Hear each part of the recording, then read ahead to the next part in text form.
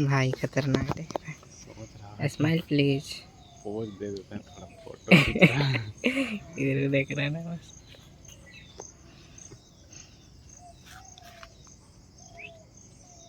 ये सब कुछ छेड़छाड़ नहीं करना चाहिए।